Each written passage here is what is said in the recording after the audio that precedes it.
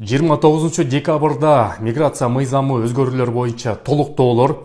Ассаламу алейкум мекендештер, мен Кубанычбек Осмонбеков, Кыргыз диаспора кеңеши. Көп мекендештерден суроо жаралып атат. 29 числого чейин келген мекендештер 3 айдан кийин регистрациясы бүтсө, биз эмне кылабыз? Узартыш үчүн сөзсүз дактилоскопия өтүш керекпи, медицина өтүш керекпи деп. Жок. Эч нерсе кереги жок. 29 декабрга чейин жүргөн мекендештер эч нерсе кылбай эле коесуңар. Регистрацияңарды как обычно катары эле, жөнөкөй катары эле узартып туруп, ошонун негизинде жүрө бересиңер. Качан чек арадан чыгып, Россиядан чыгып туруп кайра киргенден кийин ошол моменттен баштап силер жанагы процедураны бүт баарын өтөсүңөр. Ага чейин эч нерсе өтпөйсүңөр. Экинчи көп суроолор болсо, 29-дан кийин келгемин, бирок бир айдан өтүп кетти, эмне болот эми дегендерге азырынча миграция кызматы Сахарова көз жумуп атат. Ошон үчүн 1,5 ай өтүп кетсе дагы, 1 ай өтүп кетсе дагы, 2 ай өтүп кетсе дагы барып кайрадан тапшырып кое бериңиздер. Тапшырбай койбоңуз, сөзсүз тапшырыңыз, себеп тапшырбай койсоңуз сиз кара тизмеге кирип каласыз. Ошон үчүн көз жумуп атканда барып ошол тыйыныңарды төлөп тапшырып кете бериңиздер. Үчүнчүсү, медицина канча срок иштейт, 3 айга иштейби, 1 жылга иштейби, дактилоскопия канча иштейт дегендерге суроого жооп. Медицина азыр мурда 3 ай деп жазылган, азыр 1 жылдык болуп калды. То есть азыр 1 өтөсүңөр дагы, 1 жылдан кийин кайра 1 өтөсүңөр. Эми жанагы дактилоскопия болсо, отпечатка пальцев, ал уже өмүр бою иштейт, кийинкиде 1 жылдан кийин өтүп кереги жок, ал ошол бойдон калып кала берет. Сак саламат болуңуздар, жаңылыктар менен бөлүшүп турабыз. Көрүшкөнчө. Урматтуу депутаттар, өткөн жумада мен бул теманы көтөргөм. Мына Россияда ушул мыйзам, жаңы мыйзам аркылуу бир топ мигранттарга орчундуктар жаратылды. Миңден ашык киши катар менен турушат да, медосмотр өтүш үчүн. Медосмотр 6000 рубль турат. 3 квартал сайын, мындай квартал сайын сен ошого медосмотр өтүш керексиң. Эми урматтуу төрага, сиз дагы мына иш сапарга баратасыз, буюрса ошол теманы көтөрсөңүз жакшы болот эле. Анан президенттин өкүлүнө, президент дагы биздин президентке, Россиялык президентке ошол кайрылса, себеби ачык эле сүйлөш керекпиз.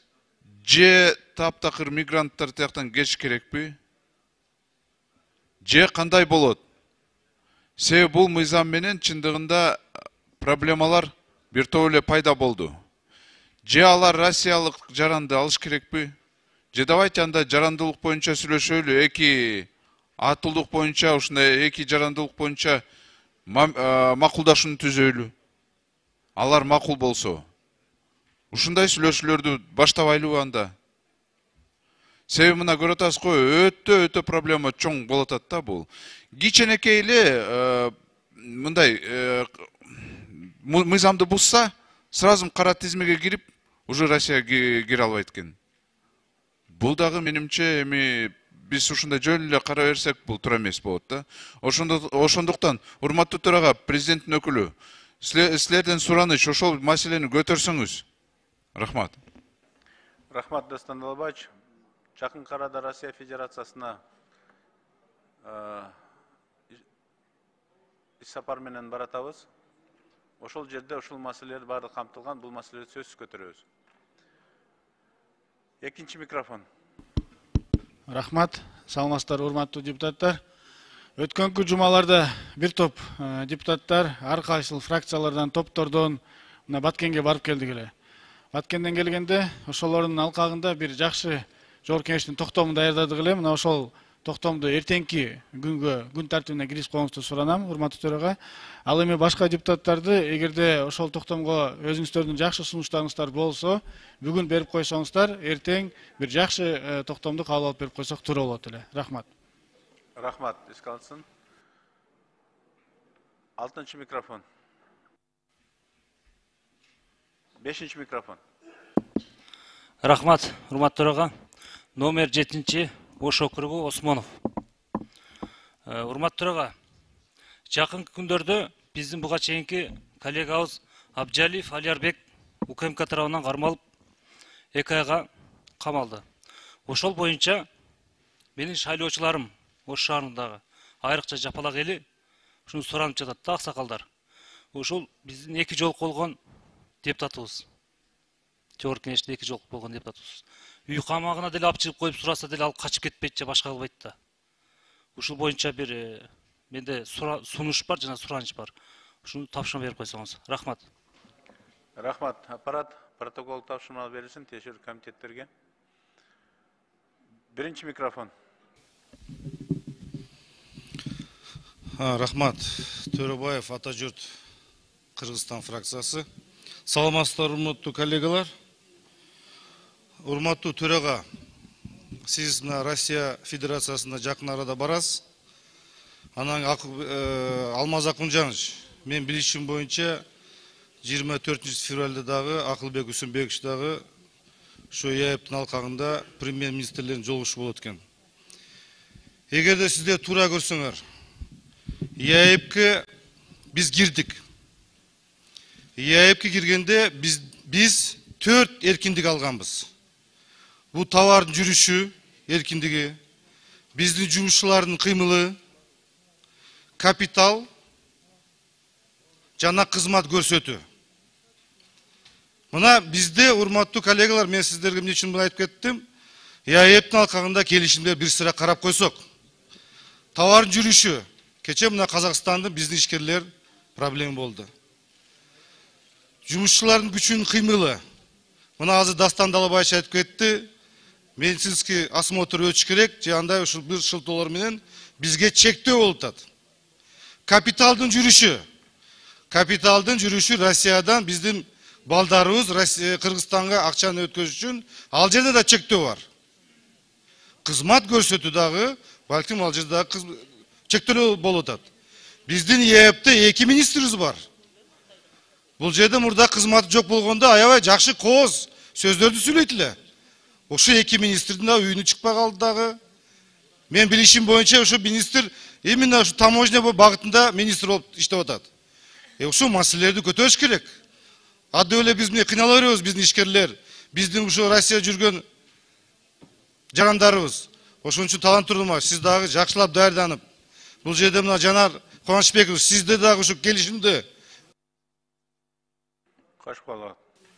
ошо келишимдерди карап чыгып, ар бир кайсы жер тоскоолдук болуп аткан болсо, ошону ачык айкын айтканына убакыт келди, урматтуу коллегалар.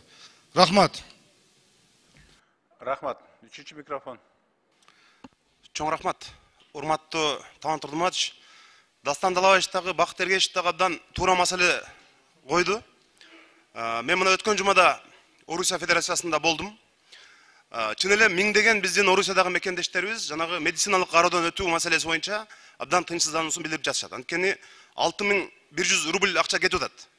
Бул эми айлыгынын бир топ бөлүгү ошол жака кетип атат деп абдан мындай кабатыр болуп атышат. Жаңы мыйзам ишке кирди. Мен комитеттин төрагасы катары Мамлекеттик Думанын тиешелүү комитетинин төрагасы Калашников мырзага кат жолдогонбуз. Ушул жума күнү. Мына сиз дагы делегация менен 20 февраль күнү баратасыз. Урматтуу төрага, сиздин дагы жолугушунун, Володя мырза менен жолугушу дагы эң негизги маселелердин бири. Ушул маселе каралат деп ишенем. Бакыт Эргешев айткандай, биздин Евразиялык экономикалык биримдикте бир канча министрибиз, бир канча өкүлдөрүбүз килейген айлык алып отурушат. Ошол мыйзамда Мамлекеттик Дума карап атканда бир гана сөз киргизип коюш керек эле. Бул Евразиялык экономикалык мүчө өлкөлөргө тиешеси жок деген. Ушул бир сүйлөм менен биз миңдеген мигранттарыбызды ушундай бир кабатырлануусуна чек коет элек. Мына ошого окшогон маселелерди дагы иштебей атканы абдан өкүндүрөт. Ошондуктан алардын дагы биз эмне үчүн ошол жакта жөн эле мындай Орусияда отурбастан мурдагы партиянын лидерлери мурда Кыргызстанды мынтип оңдош керек деп акыл үйрөтүп жүргөндөрдүн бардыгы азыр ошол жакта кызмат алгандан кийин оозу жабылып отурушат. Ошолор ушундай маселени иштеш керек эле. Ошолорду биз карап, керек болсо чакыртып ушул парламентте сурашыбыз керек. Анткени ошол мыйзам долбооруна Мамлекеттик Дума карап атканда бир дагы коңгуроо каккан эмес. Мына азыр дагы биз тиешелүү комитет кат жолдодук. Мына сиз өзүңүз барганда дагы ошол беренени киргизиш керек деп ойлойм. Евразиялык экономикалык биримдикке мүчө өлкөлөргө бул мыйзамдын тиешеси жок деген берене киргизсек, биз мекендештерибизди мындай бир топ нерседен сактайбыз деп ишенем. Рахмат. Рахмат. 6-микрофон. Рахмат, урматтуу төраға, урматтуу депутаттар, Токтогул шайлоо округунун номер 19.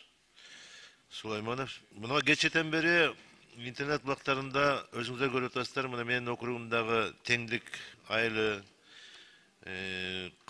Кызыл Алма, Кудук Сай, Чүйүт Сай деген айылдар, ушул Нокинге кошулат элек, биз Ташкентке бөлүнбөйт элек деп ызычуу болуп атат. Муну көрүп атсаңыздар керек. Анан бул маселе боюнча мен айтайын дегеним мурда каралган экен. Каралып анан кийин ушул парламенттен өтпөй калган экен.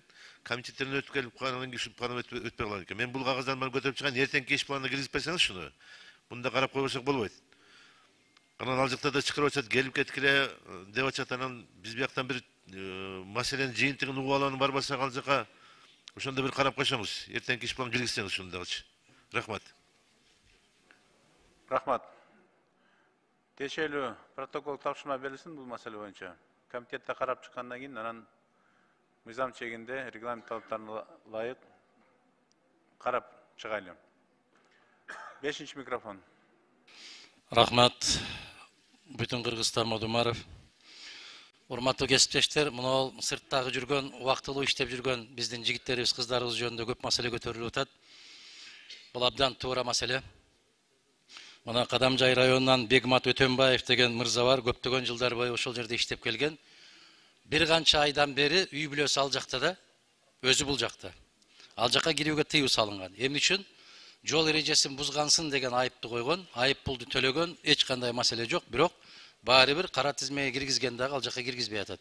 Биз мындай кылсак, Талант Турдумович, эртең барганда сөзсүз түрдө азыр туура айттыңыз, бул маселе көтөрүлөт. Болгондо дагы бул биздин комитеттеги эл аралык жана миграция маселеси боюнча комитетте көтөрүлөт. Биздин дагы ал жакта коллегаларга айта турган сөздөрүбүз бар.